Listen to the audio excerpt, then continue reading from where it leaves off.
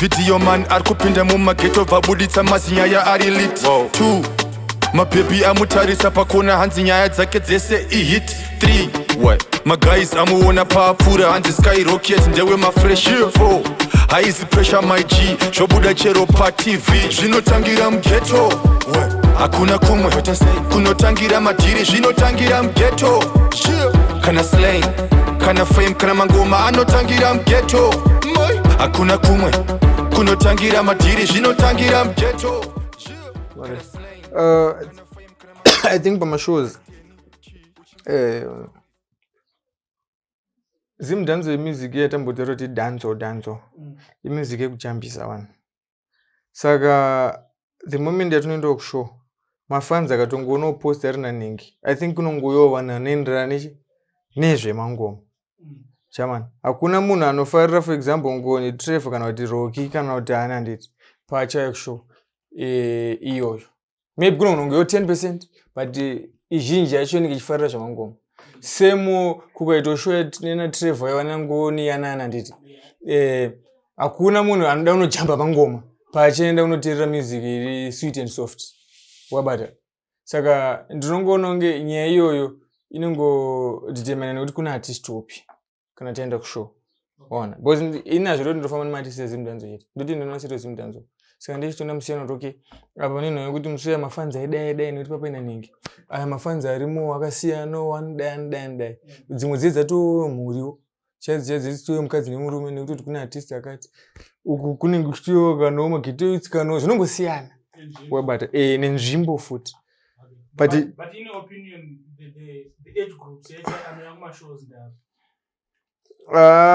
kudhara vanhu vasimbofunga kuti mangoma ndeyapfana ndokufunga pambo yapfana ezvinezvi German single last show yekukoko ndakatonotisa kuti almost every age above 18 zvayo yeah but almost every age yototoona kuti uyu atori kuma-30 ko uyu ma-40 ko uyu mudhara tori 50 ne-60 ko ona utoona kuti hamufana ma-25 machi. Saka you find kuti mazuva ano toma-ages ese ari kuenda kumashow. Okay. Alright. Pane nyaya yarandadzamba. Have you ever experienced the mapasa-pasa? Mapasa-pasa I still remember ndakatomboitera ngowani 2011 kwachigwanyiko. Okay. Ndakatomboitera ndaitlauncha masingles. Ndakatomboita. How was the impact pasa-pasa? Pasa-pasa raipusha jamani.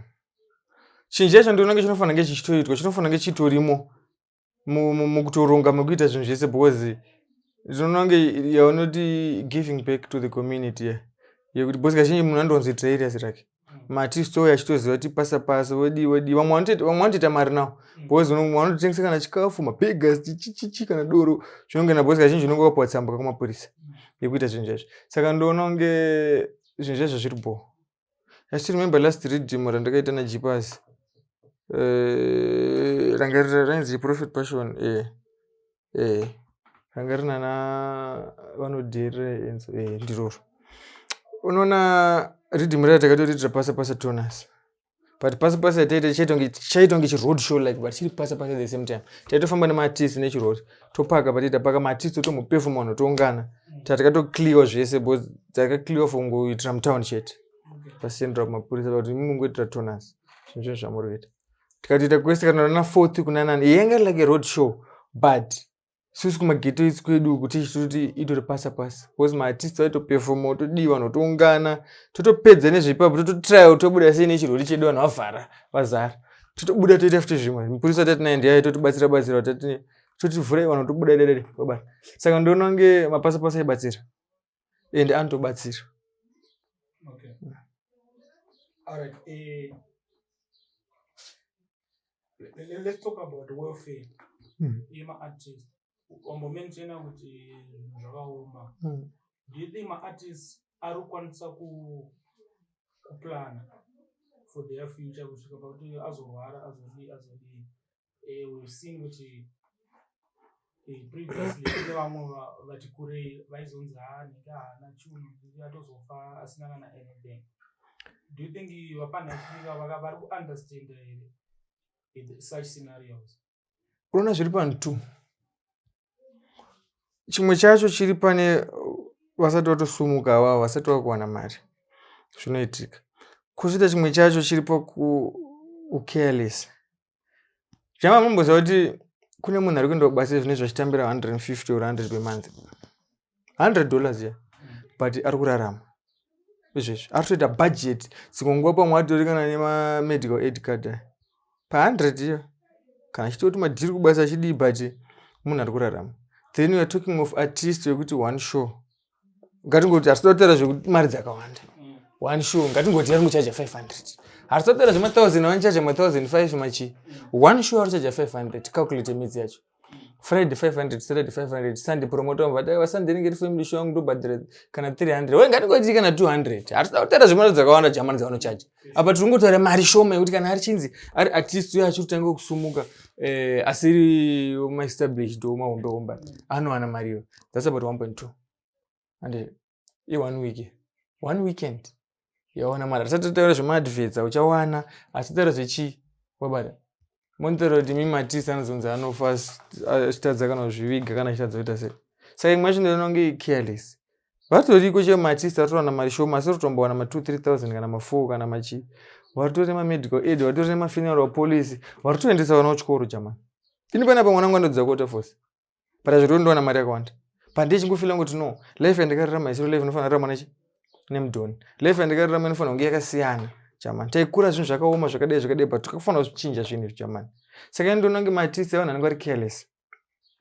Zvekuti anenge achingoti ndikafa inini ndiri superstar ndiri celeb ndichavigwa kana funeral nenge yakati ndichavigwa ne funeral nenge yakati kuti ndikarwara inini ndichatsvagwa nechakati. Tore mamwe even asimbori matisi chetu vamwana vanito actor mwana unoita sei varingori asinda sei waitozonga nenge akashayirwa mari akutonobatsirwa.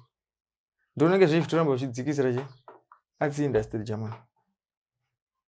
Ndinoona sekudaro. Because jamani mari airambe ichwe. Zvinonoita vanhu nepavanonzi mari ka ndopavanochinja mota. Ndopavanotanga zvokupa kana anga mari mabhebi. Ndopavanotanga kuti akuwanda kapa this time. Ndopavanotanga kuti si wakunopinda mashopu wanga asingapinde hembe chikafu ichi but asikuronga future. Asikuita side hustle atambota warariya. Waita mari yakubalance kudaro. Itaka side hustle kuti takuzona munhu wakutanga kunobega pa Facebook. Kopo wemboita mari waidi kubega. Kana kudza vanhu kuti ndine mari ni boys pa Facebook pa. Izvi zvahuna mashows asiku wakutanga ubega. Mari irambe ichwe jamani ndimbira irambe iri pa munhu wani. Mwari anopa munhu kana nenguwa yake. Ndezve zviri pana ningi. Dai tese taingonzi munhu wese ari kurira jamani dai pasina. But kudotarisa competition yacho turi kuti ningi mazano ndiari kurira. Kana kuti pana ningi vanosoma ari kurira. Saka I feel kuti vanhu vafana kwa careless. Munhu paunomboitawo mari mazuva acho aya. Bvogadzirisa life. Side hustle ratatichateurera kana uchivhura kana zvima accounts ma savings zvevana uchita segara wadaro. Because mari airambe ichwe jamani. Azviti. Wow. Zimdancehall stories. Jio. Ekuratidza ma true stories. Watu wakadhisa chikwata muvengi wangu. You go die broke. Zvinotangira mughetto. Hakuna kumwe. Kunotangira madhiri. Zvinotangira mughetto. Jio. Kana slang. Kana fame. Kana mangoma anotangira mughetto. Hakuna kumwe. Kunotangira madhiri. Zvinotangira mughetto. Jio. Kana slang. Kana fame. Kana mangoma. One. Video man arikupinda mumaghetto vabuditsa mazinyaya ari lit. 2 mabebi amutarisa pakona hanzi nyaya dzake dzese ihit. 3 maguys amuona paapfuura hanzi skyrocket ndewe mafresh. 4 haizi pressure my G zvobuda chero